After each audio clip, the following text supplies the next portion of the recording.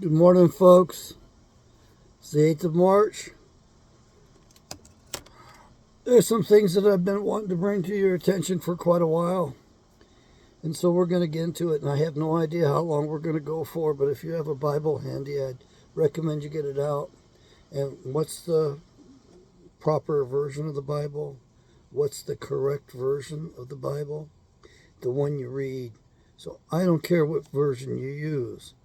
Get your Bible out. And we're going to be working from books of Leviticus and Deuteronomy. And today my purpose is to prove to you that the United States of America today is an Israelite nation. And we're going to prove that by looking at what is going on and what was foretold, basically. What the blessings for obedience were and the curses for disobedience were. And I've turned to my old NIV study Bible from 1983. This is the one I started out with. And it is fairly marked up. The print's a little bit on the small side. There are footnotes. There is an agenda. There are agendas in the footnotes. The evil ones had their hands in every one of these Bibles, pretty much. They've confused everything up as best they can. Even the source material is a problem. So the Bible is a work in progress as far as I'm concerned, just like we are. We are works in progress. And it is my opinion that you work out your salvation. It is done through the process of living. I don't think you say a magic spell and hocus pocus, that's it, it's all done with. You don't have to do anything more. You can do all the sinning you want now because you believe. Look, even Simon the sorcerer of Acts believed. I think the way this works is that you have to be parties to a party to the original covenants, descendant of the original parties. I think that's the number one requirement. And the second is you got to work it out. You live it. You do that through your behavior, through your actions. You seek Creator Father Yahweh's will perpetually. Stay in touch with Him all the time, as best you can. And when you're prompted as to which is the right direction to go, the right choice, then you go with that choice. So, there's two sections in the Bible here that are very important for us. And these, to me, are the witness against us, if you will. These are what can convict us. And so I'm looking at Leviticus chapter 26. And in this Bible, it is headed up reward for obedience. Now, that reward for obedience was not part of the original scriptures at all, nor was the number 26 part of the original scriptures at all, nor were the numbers for the verses, okay? And then we're looking at Deuteronomy. This is Deuteronomy, and we're looking at chapter 28. And then we have a title here, Blessings for Obedience. The other one was Reward for Obedience. And then we have a section after it, Curses for Disobedience. And the other one was Punishment for Disobedience. Okay, I've got these fairly marked up. So what we know is that you have blessings told first, followed by the not-so-good stuff, followed by the sentencing, the curses, the punishment. And when we look at these passages, the blessing section is, well, on the second version here in Deuteronomy, it's 14 verses long. And the curses for disobedience start with verse 15, and they go on to they go on quite a while. To the end of the chapter, which is verse number, 68. It's more than twice as long. I thought it was just twice as long.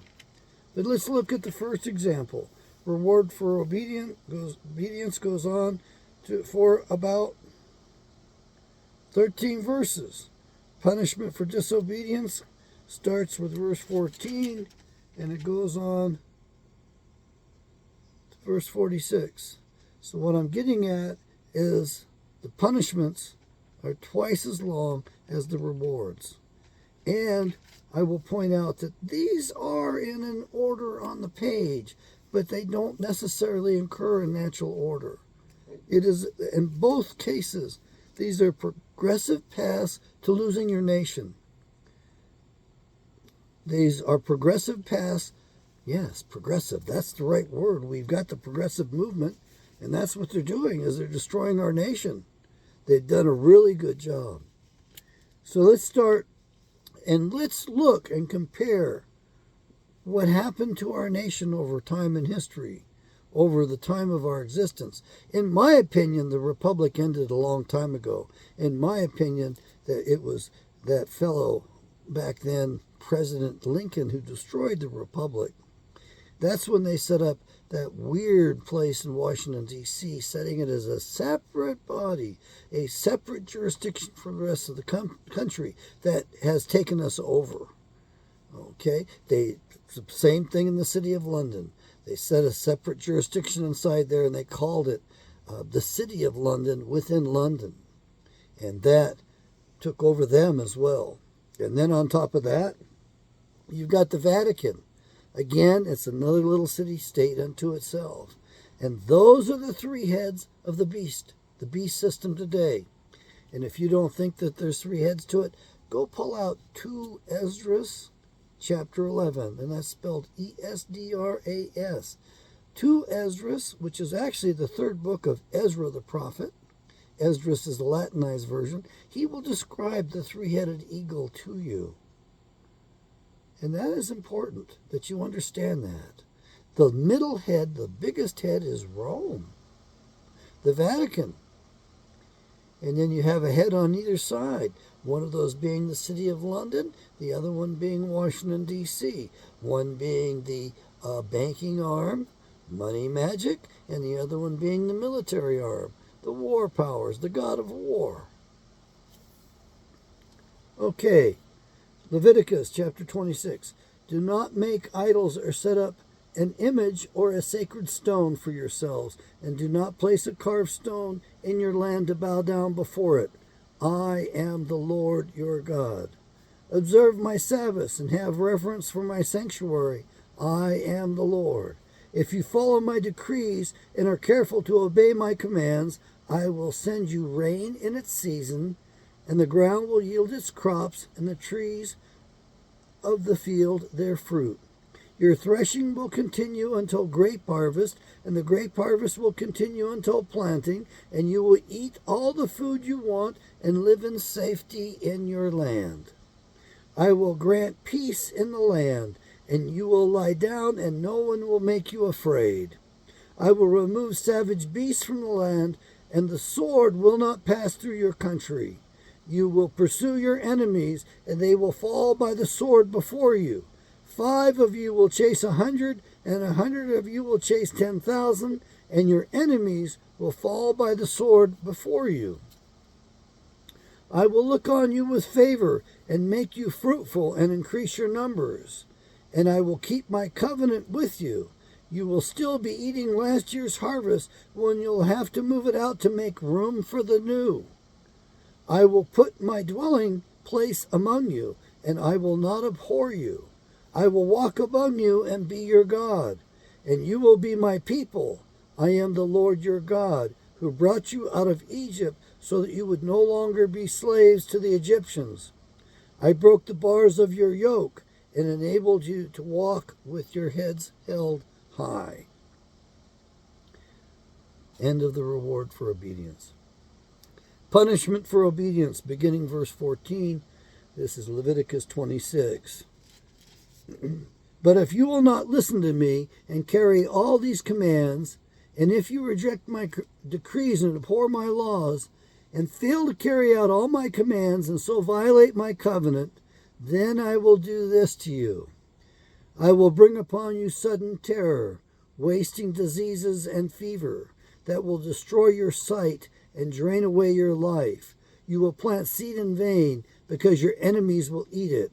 I will set my face against you so that you will be defeated by your enemies. Those who hate you will rule over you, and you will flee even when no one is pursuing you.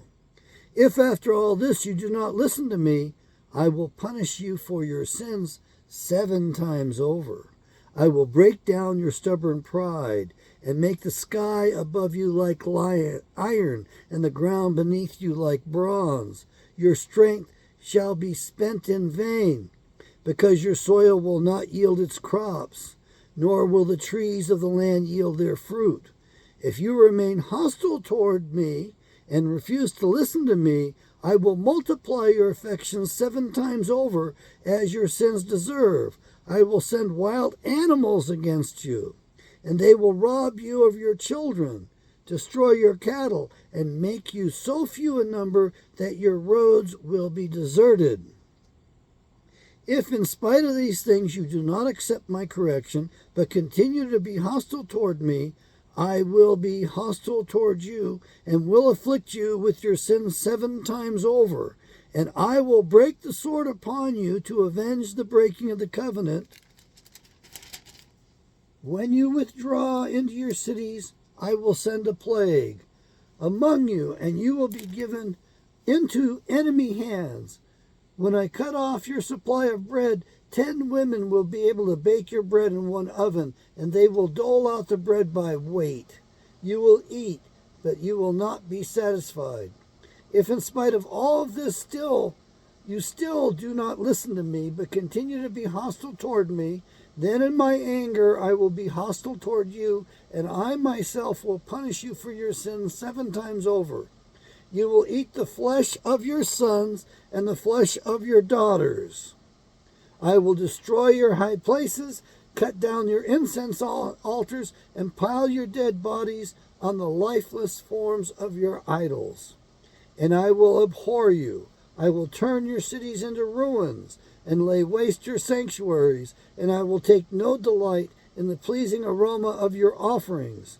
I will lay waste the land, so that your enemies who live there will be appalled. I will scatter you among the nations, and will draw out my sword and pursue you. Your land will be laid waste, and your cities will lie in ruins. Then the land will enjoy its Sabbath years all the time that it lies desolate, and you are in the country of your enemies. Then the land will rest and enjoy its Sabbaths. All the time that it lies desolate, the land will have its rest. It did not have during the Sabbaths, you lived in it. As for those of you who are left, I will make their hearts so fearful in the lands of their enemies that the sound of a wind-blown leaf will put them to flight. They will run as though fleeing from the sword, and they will fall even though no one is pursuing them. They will stumble over one another as though fleeing from the sword, even though no one is pursuing them. So you will not be able to stand before your enemies. You will perish among the nations. The land of your enemies will devour you. Those of you who are left will waste away in the lands of their enemies because of their sins. Also because of their fathers' sins, they will waste away. But if they will confess their sins and the sins of their fathers, their treachery against me and their hostility toward me, which made me hostile toward them, so that I sent them into the land of their enemies, then, when their uncircumcised hearts are humbled, and they pay for their sin, I will remember my covenant with Jacob, and my covenant with Isaac, and my covenant with Abraham, and I will remember the land, for the land will be deserted by them, and will enjoy its Sabbaths while it lies desolate without them. They will pay for their sins because they have rejected my laws and abhorred my decrees. And in spite of this, when they are in the land of their enemies, I will not reject them or abhor them so as to destroy them completely, breaking my covenant with them. I am the Lord their God. But for their sake I will remember the covenant with their ancestors, whom I brought out of Egypt, in the sight of the nations to be their God. I am the Lord. These are the decrees, the laws, and the regulations of the Lord established on Mount Sinai between himself and the Israelites through Moses. Does that not sound like America? how we were blessed early on, and then how we were subverted? Yes, we were subverted. They gave us a false Bible, the Schofield Reference Study Bible. They used that to create a false religions, a false man-made religion, these lies and doctrines that are preached in the big box churches. Let's proceed to Deuteronomy.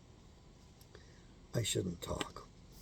I should just let the Bible tell us this is the testimony which is going against us now. This is Deuteronomy chapter 28. Blessings for Obedience is the heading in the NIV Study Bible from 1983. And of course, there's no heading in the original, and there's no number, chapter 28 or verse numbers. If you fully obey the Lord your God and carefully follow all his commands I give you today, the Lord your God will set you high above all the nations on the earth. All these blessings will come upon you and accompany you if you obey the Lord your God. You will be blessed in the city and blessed in the country. The fruit of your womb will be blessed, and the crops of your land, and the young of your livestock, the calves of your herds, and the lambs of your flocks. Your basket and your kneading trough will be blessed. You will be blessed when you come in and blessed when you go out. The Lord will grant that the enemies who rise up against you will be defeated before you. They will come at you from one direction, but flee from you in seven. The Lord will send a blessing on your barns and on everything you put your hand to. The Lord your God will bless you in the land he is giving you. The Lord will establish you as his holy people, as he promised you on oath, if you keep the commands of the Lord your God and walk in his ways. Then all the peoples on earth will see that you are called by the name of the Lord, and they will fear you. The Lord will grant you abundant prosperity in the fruit of your womb, and the young of your livestock, and the crops of your ground, and the land he swore to your forefathers to give you. The Lord will open the heavens, the storehouse of his bounty, to send rain on your land in season, and to bless all the work of your hands. You will lend to many nations, but will borrow from none. The Lord will make you the head, not the tail. If you pay attention to the commands of the Lord your God that I give you this day, and carefully follow them, you will always be at the top, never at the bottom. Do not turn aside from any of the commands I give you today, to the right or to the left, following other gods and serving them. Now we go to verse 15, curses for disobedience. However, if you do not obey the Lord your God and do not carefully follow all his commandments and decrees I am giving you today, all these curses will come upon you and overtake you. You will be cursed in the city and cursed in the country. Your basket and your kneading trough will be cursed. The fruit of your loom will be cursed, and the crops of your land, and the calves of your herds, and the lambs of your flocks. You will be cursed when you come in, and cursed when you go out. That's to war. The Lord will send on you curses, confusion, and rebuke in everything you put your hand to, until you are destroyed and come to sudden ruin, because of the evil you have done in forsaking him. The Lord will plague you with diseases until he has destroyed you from the land you are entering to possess. The Lord will strike you with wasting disease, with fever and inflammation, with scorching heat and drought, with blight and mildew, which will plague you until you perish. The sky over your head will be bronze, the ground beneath you iron. The Lord will turn the rain of your country into dust and powder. It will come down from the skies until you are destroyed. The Lord will cause you to be defeated before your enemies. You will come at them from one direction, but flee from them in seven. And you will become a thing of horror to all the kingdoms on earth. Your carcass will be food for all the birds of the air and the beasts of the earth, and there will be no one to frighten them away. The Lord will afflict you with the boils of Egypt and with tumors, festering sores, and the itch, from which you cannot be cured. The Lord will afflict you with madness, blindness, and confusion of mind. At midday you will grope about like a blind man in the dark. You will be unsuccessful in everything you do. Day after day you will be oppressed and robbed, with no one to rescue you. You will be pledged to be married to a woman, but another will take her and ravish her. You will build a house, but you will not live in it. You will plant a vineyard, but you will not even begin to enjoy its fruit. Your ox will be slaughtered before your eyes, and you will eat none of it. Your donkey will be forcibly taken from you and will not be returned. Your sheep will be given to your enemies, and no one will rescue them. Your sons and daughters will be given to another nation, and you will wear out your eyes, watching for them day after day, powerless to lift a hand. A people that you do not know will eat what your land and labor produce, and you will have nothing but cruel oppression all your days. The sights you will see will drive you mad. The Lord will afflict your knees and legs with painful boils that cannot be cured, spreading from the soles of your feet to the top of your head. The Lord will drive you and the king you set over you to a nation unknown to you or your fathers. You will worship other gods, gods of wood and stone. You will become a thing of horror and an object of scorn and ridicule to all the nations where the Lord will drive you. You will sow much seed in the field, but you will harvest little, because locusts will devour it. You will plant vineyards and cultivate them, but you will not drink the wine or gather the grapes, because worms will eat them. You will have olive trees throughout your country, but you will not use the oil, because the olives will drop off. You will have sons and daughters, but you will not keep them, because they will go into captivity. Swarms of locusts will take over all your trees and the crops of your land. The alien who lives among you will rise above you higher and higher. You will sink lower and lower. He will lend to you, but you will not lend to him. He will be the head, and you will be the tail. All these curses will come upon you. They will pursue you and overtake you until you are destroyed, because you did not obey the Lord your God and observe the commands and decrees he gave you. They will be a sign and a wonder to you and your descendants forever, because you did not serve the Lord your God joyfully and gladly in the time of prosperity. Therefore, in hunger and thirst, in nakedness and dire poverty, you will serve the enemies the Lord sends against you. He will put an iron yoke on your neck until he has destroyed you.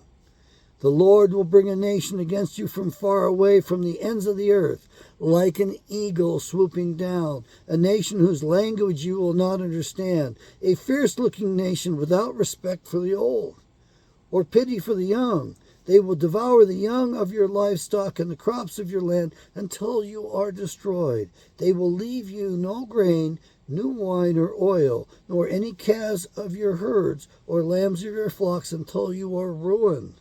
They will lay siege to all the cities throughout your land until the high fortified walls in which you trust fall down. They will besiege all the cities throughout the land the Lord your God is giving you. Because of the suffering that your enemies will inflict on you during the siege, you will eat the fruit of the womb, the flesh of the sons and daughters the Lord your God has given you. Even the most gentle and sensitive man among you will have no compassion on his own brother or the wife he loves or his surviving children. And he will not give to one of them any of the flesh of his children that he is eating. It will be all he has left because of the suffering your enemy will inflict upon you during the siege of all your cities. The most gentle and sensitive woman among you, so sensitive and gentle that she would not venture to touch the ground with the sole of her foot, will begrudge the husband she loves and her own son or daughter, the afterbirth from her womb and the children she bears for she intends to eat them secretly during the siege, and in the distress that your enemy will inflict on you in your cities. If you do not carefully follow all the words of this law which are written in this book, and do not revere the glorious and awesome name, the Lord your God, the Lord will send fearful plagues on you and your descendants, harsh and prolonged disasters, and severe and lingering illnesses. He will bring upon you all the diseases of Egypt that you dreaded, and they will cling to you. The Lord will also bring on you every kind of sickness and disaster not recorded in this book of the law, until you are destroyed. You, who were as numerous as the stars in the sky, will be left but a few in number, because you did not obey the Lord your God. Just as it pleased the Lord to make you prosper and increase in number, so it will please him to ruin and destroy you. You will be uprooted from the land you are entering to possess. Then the Lord will scatter you among all nations, from one end of the earth to the other. There you will worship other gods, gods of wood and stone, which neither you nor your fathers have known. Among those nations you will find no repose, no resting place for the sole of your foot. There the Lord will give you an anxious mind, eyes weary with longing, and a despairing heart. You will live in constant suspense, filled with dread both day and night, never sure of your life. In the morning you will say, if only it were evening, and in the evening, if only it were morning, because of the terror that will fill your hearts and the sights that your eyes will see. The Lord will send you back in ships to Egypt on a journey I said you should never make again. There you will offer yourselves for sale to your enemies as male and female slaves, but no one will buy you. These are the terms of the covenant the Lord commanded Moses to make with the Israelites in Moab, in addition to the covenant he made with them at Horeb.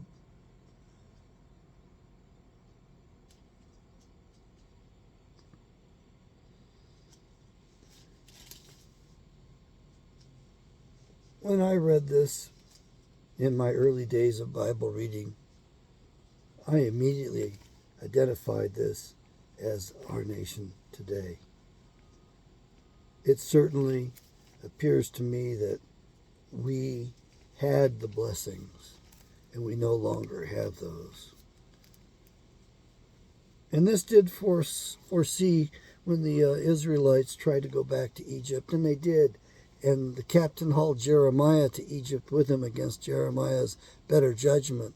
Jeremiah was able to escape and go back to the promised land. And in Israel he gathered up some possessions and the genealogies and the 2 crown princesses. And he took them on a ship. And he left to Tarshish, to Spain, on a deep sea ocean going vessel. And he landed in Spain, and he took the youngest daughter, Skoda, and married her off to an Israelite who was already there in Spain in dispersion. Those Israelites had come from Greece previously. And subsequently, after the marriage, they went north to Scotland and became known as the Scots, after Skoda's name. And they were Israelites, and when Scotland wanted her independence, she petitioned the Bishop of Rome, citing the documents they had proving that they were from the northern house of Israel. That's the greatest evidence we have, are the Scots and their documents, and the Bishop of Rome agreeing with them and giving them, recognizing them, giving them independence as a nation. Jeremiah took the other princess, the crown princess, Tia Tamar. He took her out through the Straits of Gibraltar, past the rocks, and they went north. And they went up to Ireland and landed on the north coast of Ireland. There he married Tia Tamar off to the chieftain among them. I think his name is something like Ecodad. I never have figured out how to pronounce that name. However, he wanted to marry the crown princess, who he fell in love with, But Jeremiah told him only on certain conditions. And one of those conditions was basically driving the snakes out, the people who worshiped the snakes, setting up a school to teach, Yahweh's word, to teach the proper faith. And there is where Ezekiel comes into play, because Ezekiel documents the actions of Jeremiah the prophet. He says that the great eagle shall pluck off the tender twig from on top of the cedar tree, the very top. And that pronoun is of the feminine gender. And so he takes the crown princess.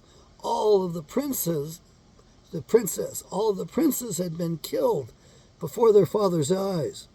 They had been destroyed. And at that point, on the northern coast of Ireland, with that marriage, begins the fulfillment of the prophecies of Ezekiel, where it says, I shall turn over, turn over, turn over. And that crown was turned over 3 times. The first time, the low branch became high, the low branch being Zerah. Echodad was a descendant of Zerah. Remember the boys, the twins born of Judah and Tamar? And the first one to put his hand out got the scarlet thread wrapped around it. And that's why the scarlet thread around the hand is a symbol of Ireland. That's because he was up there. And their family of Zerah felt shafted, short-shrifted. They felt cheated, and they left the promised land early. Zerah had 5 boys. Each one of them compared in intelligence to Solomon.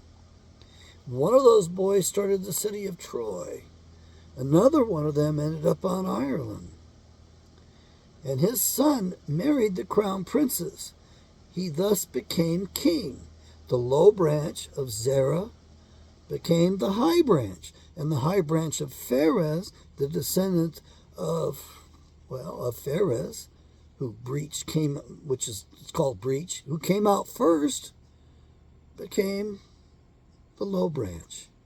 And then the crown, along with the pillow stone, the coronation stone, was transferred to Scotland, where it was turned over the next time, the second time. And then it went to England, where it was turned over the 3rd time.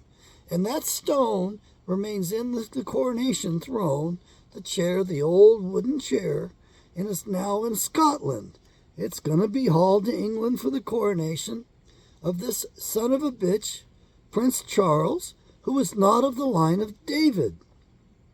See, a couple hundred years ago, there was a change made. In your proper line of David, your proper king for Great Britain, resides today in Australia. He's a sheep rancher. Imagine that. He's a fine gentleman. He's been interviewed. I saw the video of him. And he basically said he would serve as king. He would be willing if the people insisted upon it. So when the people insist upon him, he'll return.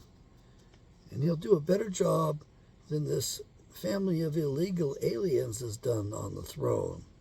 Queen Elizabeth was illegal as well.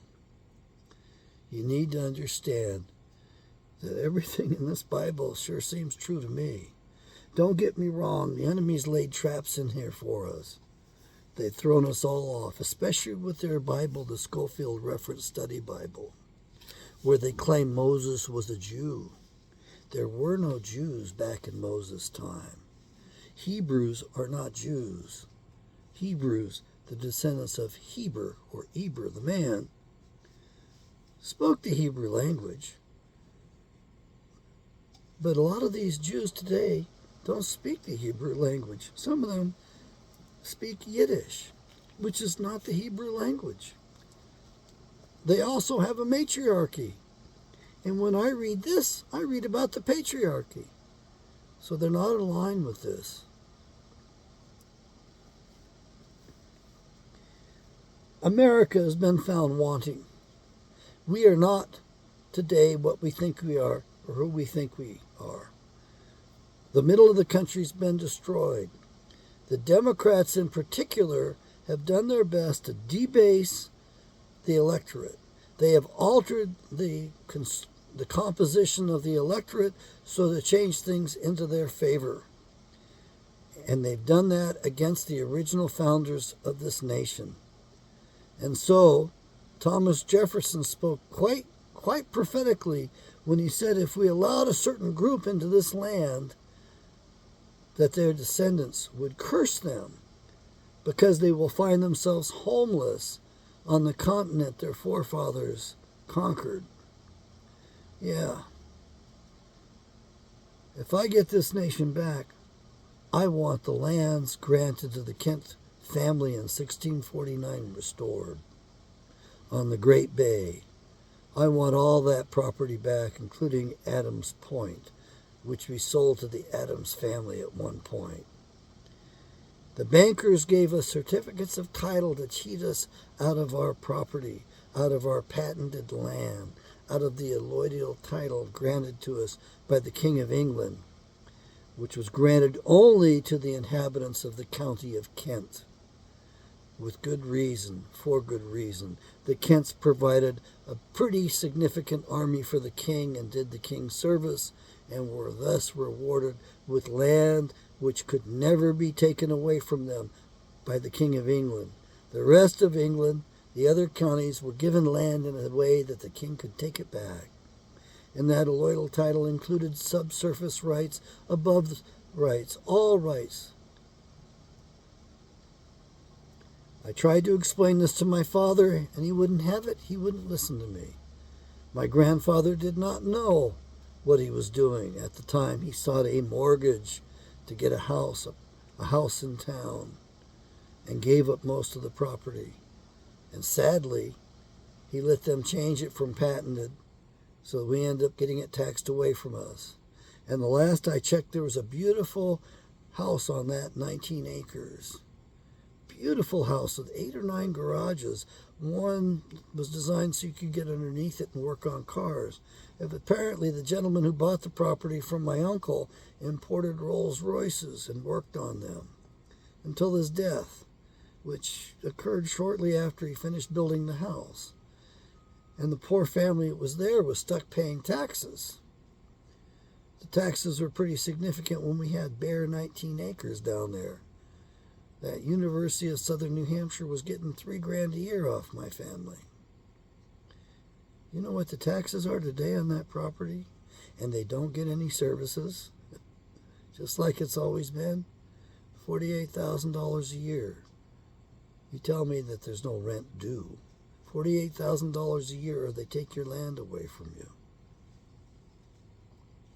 No, folks, if I get this republic back, and I intend to do that as best I can, it'll probably happen after I die, but I think it's going to happen. And those of you who are familiar with me and familiar with this channel, you know I'm not going to give up on this. Yeah, my health may decline, and that's probably what will happen, and I probably won't get to see that day, but I would love to see the original land grant for 1649. I'm sure it's in one of those monasteries, in one of those places of records over in England. I don't want to leave the country anymore and travel. I do not like what the world has become. The whole thing is controlled by the same group, the Khazarian Mafia, which has taken over the United States of America. They run it all. They own you. They sell your birth certificates and my birth certificate on the stock exchange, from what I understand. They played all kinds of frauds in order to imprison us and enslave us. There is no real money for a reason. They've stolen it all. They've taken it away. I think that it's very simple for the people to rise up and to kick out those lying son of a bitches in Washington, D.C., and maybe we should wall that whole thing off. Not let anybody come and go. Not let anything go inside of it. Let them eat each other.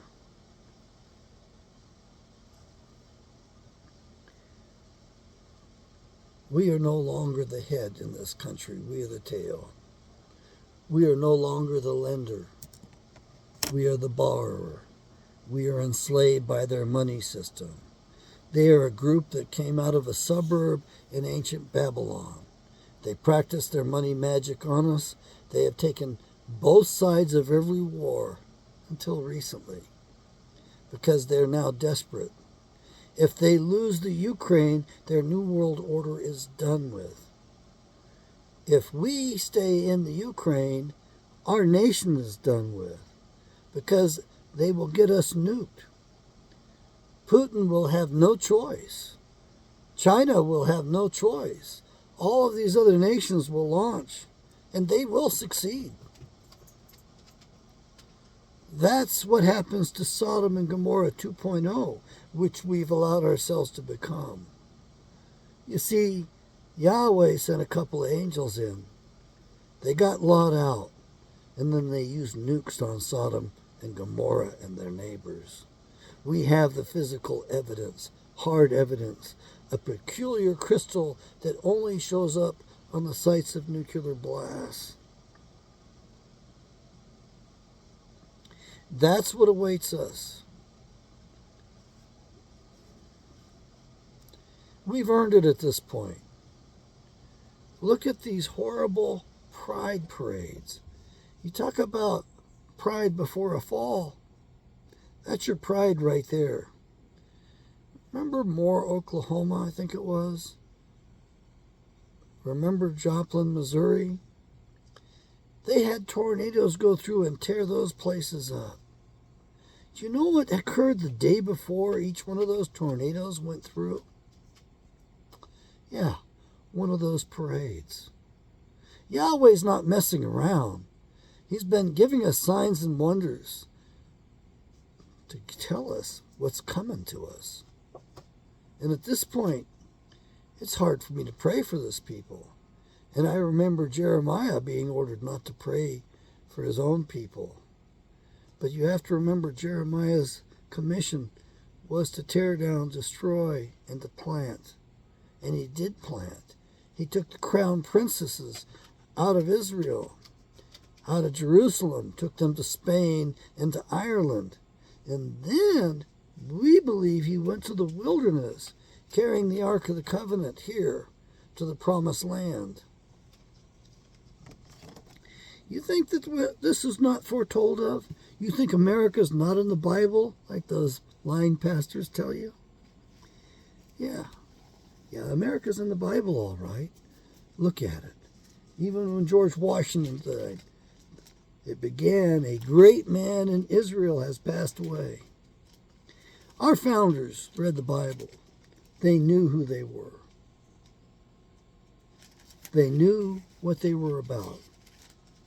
And they were blessed. Even George Washington was astounded when he left battle and had holes, bullet holes in his clothing. But he didn't get a single bullet in him.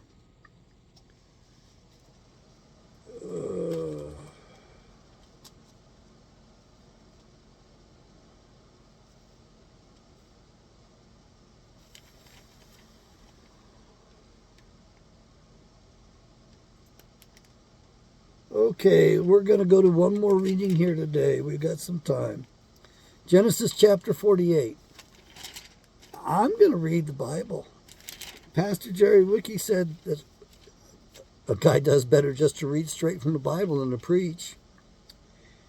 So I'm going to read from the NIV Standard, the New International Version. I'm sorry. Chapter 48 of Genesis.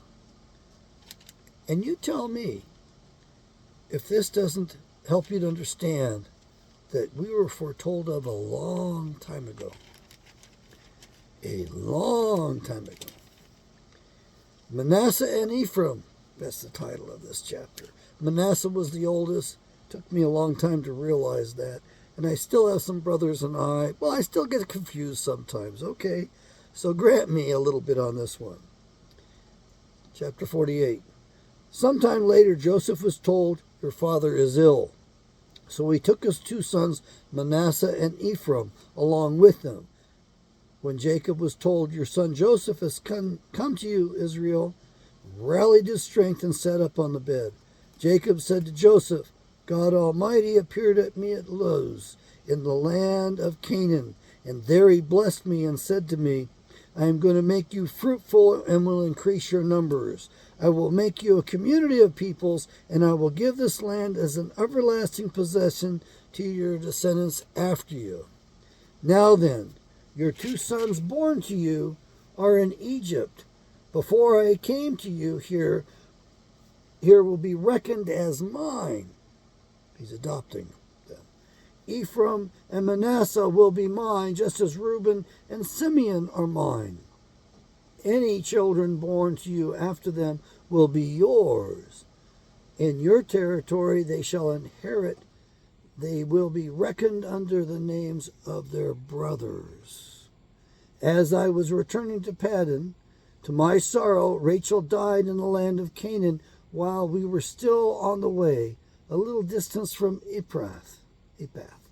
So I buried her there beside the road to Ephrath, that is, Bethlehem. When Israel saw the sons of Joseph, he asked, Who are these? They are the sons God has given me here, Joseph said to his father. Then Israel said, Bring them to me so I may bless them. Now Israel's eyes were failing because of old age, and he could hardly see. So Joseph brought his sons close to him, and his father kissed them and embraced them. Israel said to Joseph, I never expected to see your face again, and now God has allowed me to see your children too. Then Joseph removed them from Israel's knees and bowed down his face to the ground. And Joseph took both of them, Ephraim on his right hand towards Israel's left hand, and Manasseh on his left towards Israel's right hand, and brought them close to him.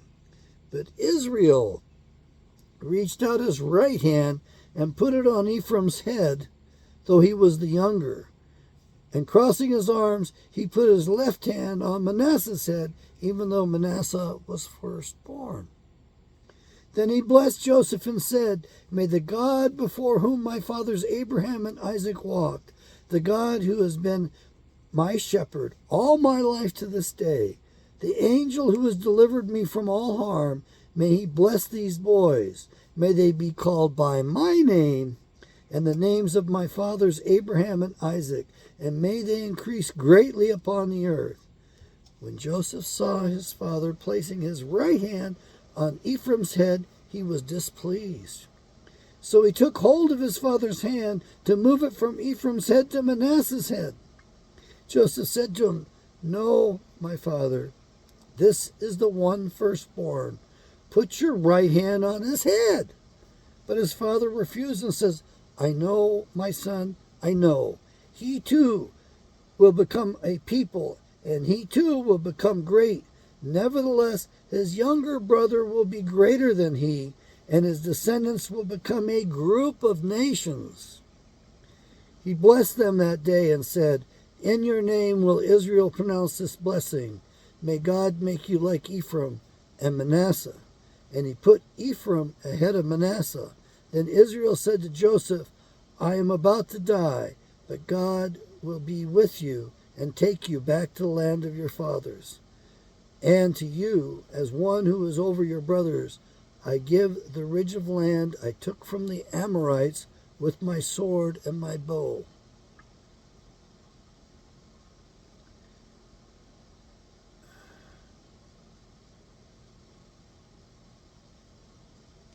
I still don't know which one became America and which one became Great Britain. I guess I'll always wonder about that.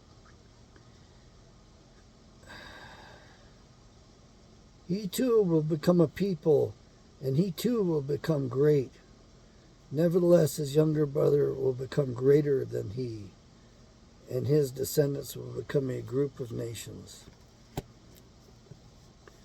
I got to go to another version of the Bible on this one. But I am pretty much running out of time here. Let me see if I can grab it quickly.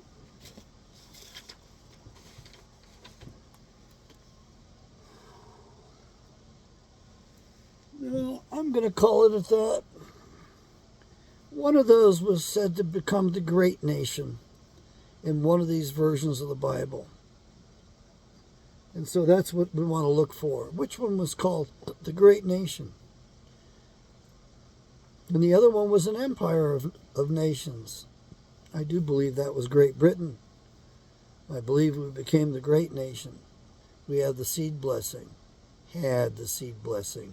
We've now been watered down by the genocide that's upon us by the enemies within us and outside of our nation.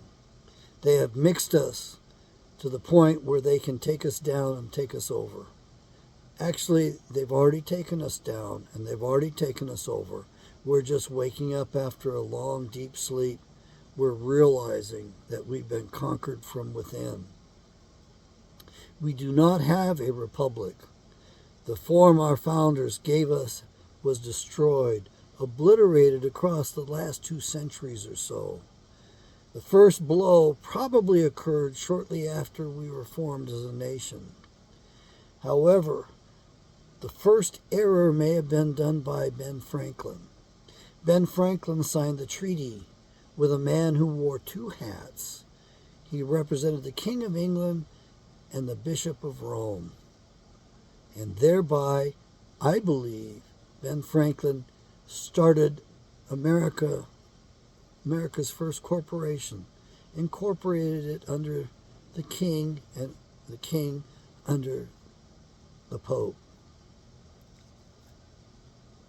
I think Ben Franklin made the first error. He was honeypotted. He went to the Hellfire Club and was basically talked into it.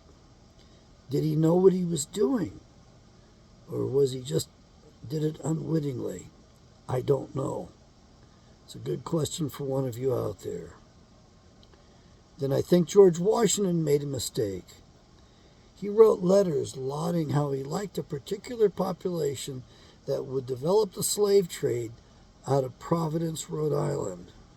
Out of their harbor, all of those slave ships would be kept.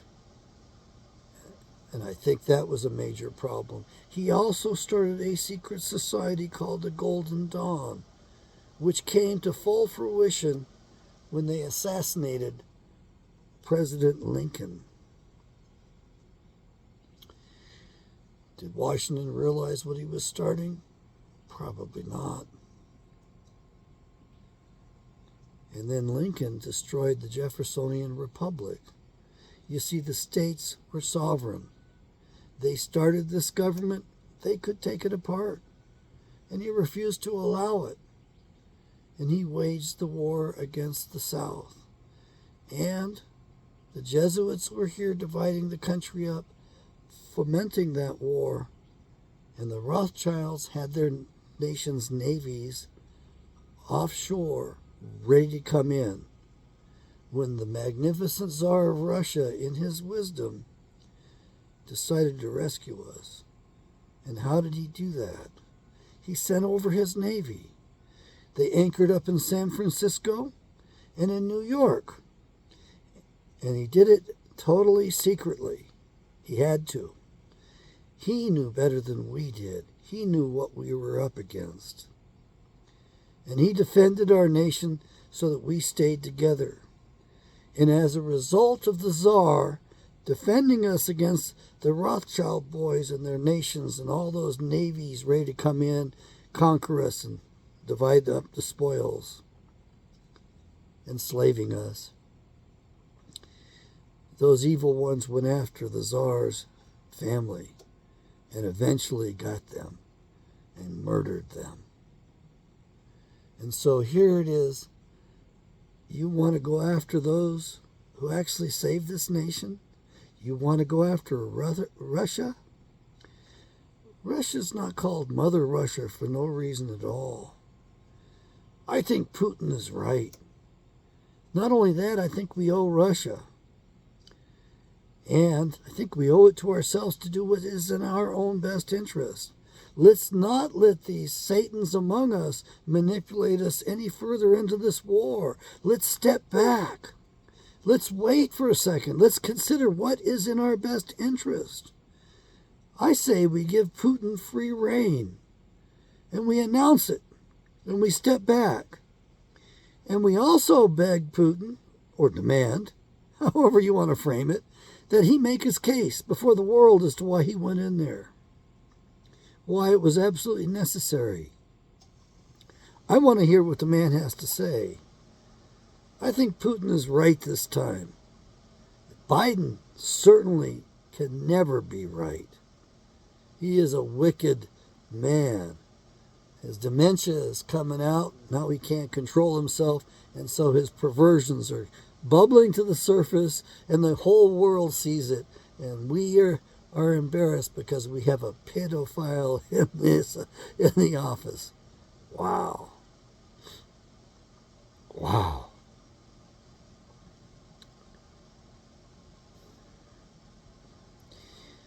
May Yahweh bless America. This is Awakening Israel. I'm going to entitle this something here, and I'm not sure what. I think we have America's foretelling in the Bible in the book of Genesis. One of them became Great Britain, an empire of nations. Or is it the United States that's the empire of nations? The empire of Great Britain fell a long time ago, but they own us. Prince Charles controls us. They actually have title to the United States through some weird shenanigans. Ask the Bush family. Maybe you can get the truth for a change. That's a wicked family. Their real name was Scherf, S-C-H-E-R-F, out of Germany. Was it Prescott Bush? Actually conspired with Adolf Hitler. Smedley Butler went along with the ploy, the Marine general, enough so he could reveal it. But Smedley Butler didn't realize his Congress was already so damn corrupt that they weren't going to go after those people. Why did General Patton have to be murdered? Because he was going to blow the whistle on them as well.